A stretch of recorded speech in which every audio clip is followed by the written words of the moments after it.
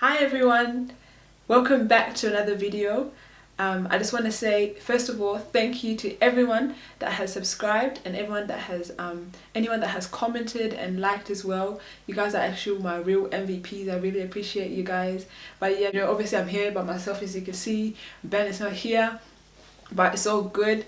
He didn't want to be part of this one today. He wasn't really feeling up for it, so that's why I'm just coming by myself today. So yeah, I really just want to keep bringing these videos because I feel like these are things that are important to talk about, and I love just sharing and giving like different perspectives of different things that I feel are so important.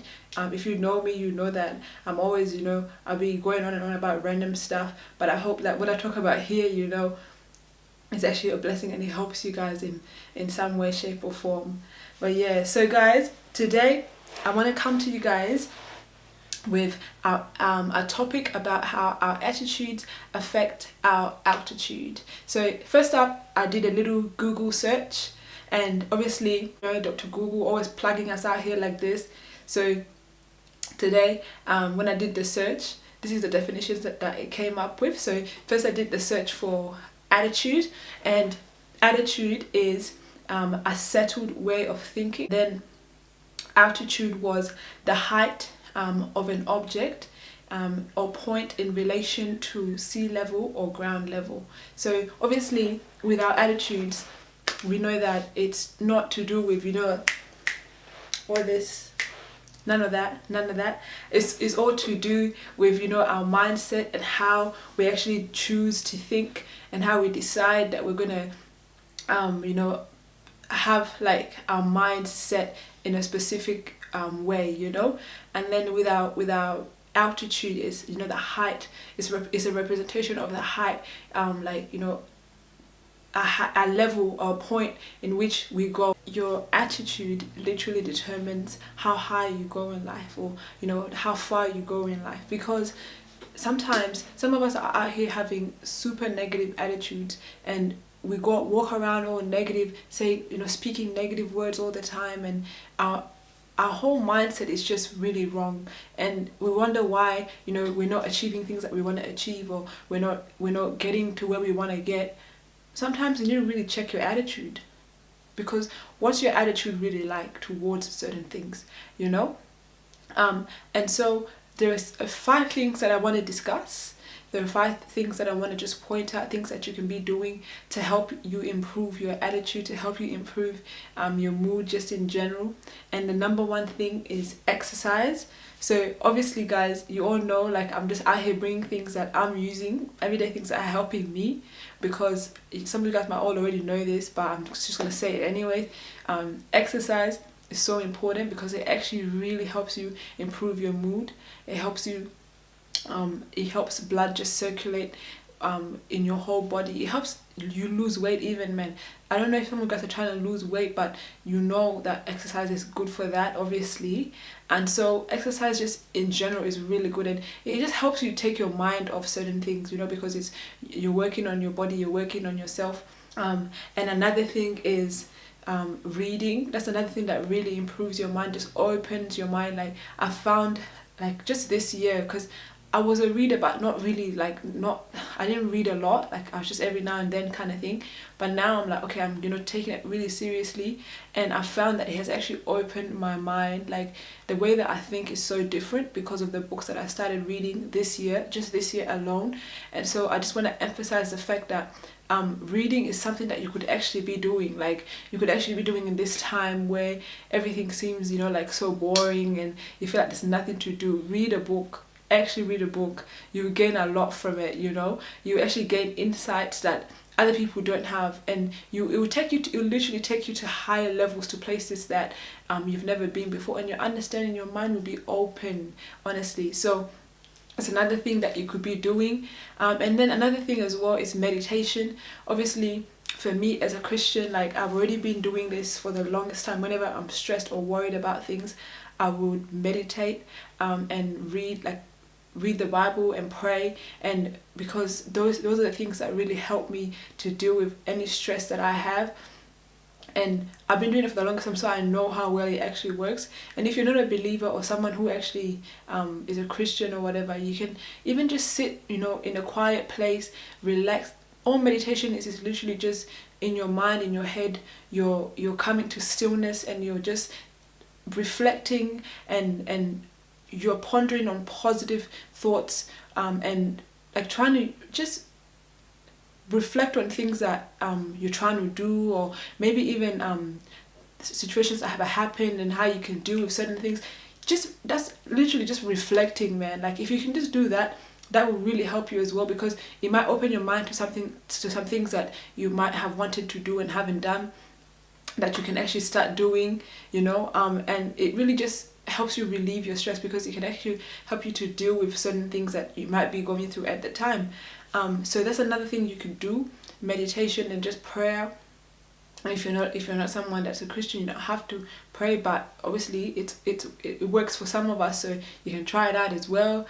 And then another thing you could do is clean your room, because some of us are here, our rooms are just nasty, and then we're here sitting around talking about why we're bored.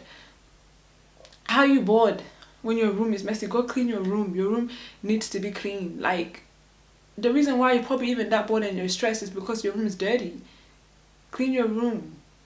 It's actually yuck, and you're gonna attract insects, and no, we don't need that. And then also another thing you can do is actually ask your parents or your mom, even usually, because the moms are usually the ones cleaning the house and doing everything around the house. So ask your mom, like, is there anything that I can help you out with, or look for things that you could be doing in your house.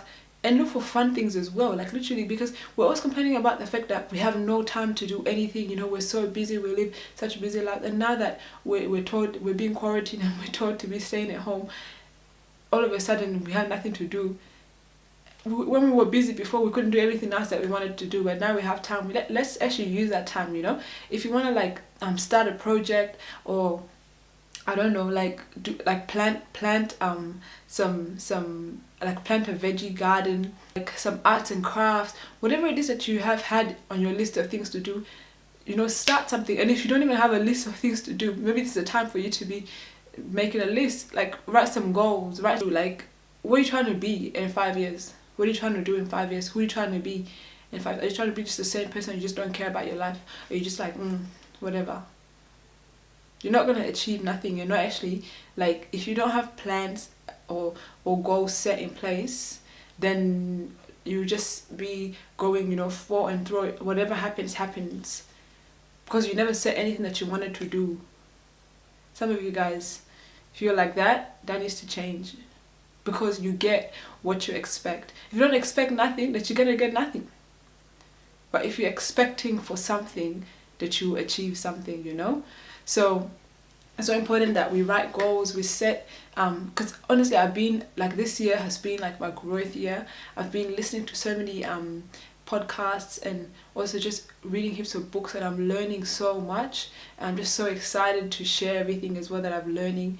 And I hope that these things that I share, man, will be actually some kind of a form of a blessing for you guys. And so, yeah, so one other thing that I think would be a good one to do as well. There was one more thing. What was the other one? Is spending time with, like, the people in our households, whoever we live with. Actually spend time with them, get to know them more. Play some board games with them, or do some kind of activities that you would usually do, as a family. Those are always really fun as well, and you actually enjoy your time at home when you do things like that. So yeah, there's so many things that we could actually be doing, and if we just actually look into it, we could really we there's nothing for us to really be complaining about.